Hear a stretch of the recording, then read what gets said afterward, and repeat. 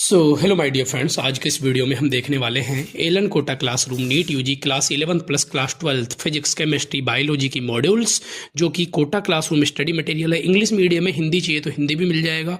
और latest edition है, एलन की ऑफिशियल ब्रांडिंग यहाँ पे दे रखी है, आप देख सकते हो।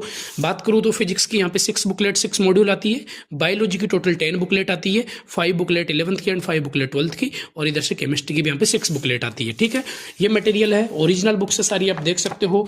यहाँ पे आपको फिजिक्स केमिस्ट्री बायो जो भी चाहिए सब मिलेगा। All over India home delivery, cash on delivery facility available है। सभी इंस्टीट्यूट का मटेरियल यहाँ पे अवेलेबल है, आप यहाँ पे देख सकते हो। सारा सब्जेक्ट कंप्लीट पूरा कवर्ड है। एक्सरसाइज 1 2 3 थ्योरी वगैरह सब कुछ होती है।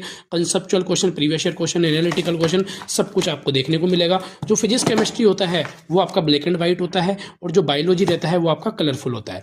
बहुत जबरदस्त मटेरियल है। सिलेक्शन लेना चाहते हो तो इस मटेरियल को जरूर लगाओ, ये टाइम वापस नहीं आएगा। बहुत सस्ते में, बहुत ही चीपेस्ट प्राइस में कैश ऑन डिलीवरी अवेलेबल है। Thank you.